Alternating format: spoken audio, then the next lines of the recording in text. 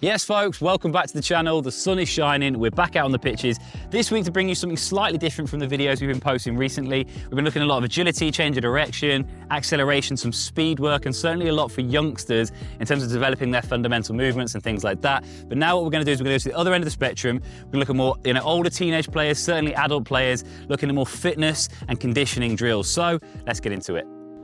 Okay, so this video is going to be the first in a three-part series specifically looking at conditioning-based drills. Now, all of these drills have been tried and tested by myself with professional footballers at professional football clubs, which I used to work for. Okay, so you can trust them. I've run them hundreds, if not thousands of times. I've seen them work wonders, so you can too. And that's really, really important. But the beauty is they're all scalable. So regardless of where your fitness levels are at right now, you can make them work for you, and then you can start to add the layers in as and when your fitness levels improve, and that's really important. But these drills are specifically aimed for sort of under 16s and upwards into adult players. And the reason I say that, those younger years, we want to concentrate more on moving well, learning good movement mechanics, can we change direction well, accelerate, decelerate well, all those sorts of relay race videos we've spoken about lots on this channel. They're specifically aimed for the younger footballers. Now we're going to the other side of the spectrum. We're looking at sort of older players, really developing those nitty-gritty details of your conditioning, your aerobic base to keep you and last you during that game for 90 minutes plus, and that's really, really important. Okay, so just remember that, keep that in mind. So if you are a slightly younger player, maybe focus on more movement stuff. If you're that older player now, starting to really concentrate on improving your fitness levels,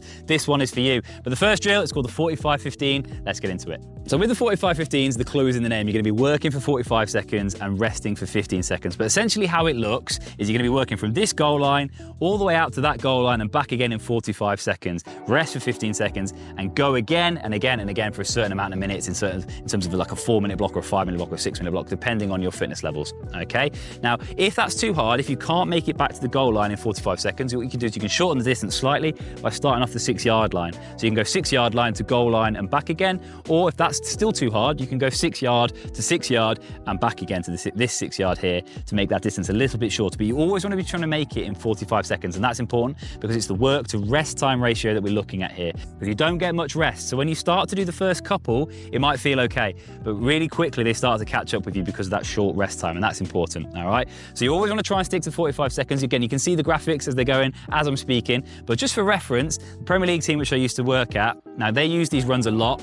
And the first team, what they did is they used to do 2 blocks of 10 minutes, full pitch 45-15s on a Monday after a Saturday match, to just sort of get their legs going, ready for the week again. So, Premier League footballers are hella fit. They are very, very good when it comes to their fitness levels. So if you can get those 2 of those done, very, very impressive. But what I'll do is I'll start off with those shorter blocks, 4-minute block, 5-minute block, 6-minute block if you're good. And then what you can start to do is when your fitness levels really start to improve, elongate the block out to sort of 6, 7, 8, maybe even 10-minute block of 45-15s, okay? Because it's not easy. Play around with it, see how it works, but always try and stick to those 45 work time to 15 rest time.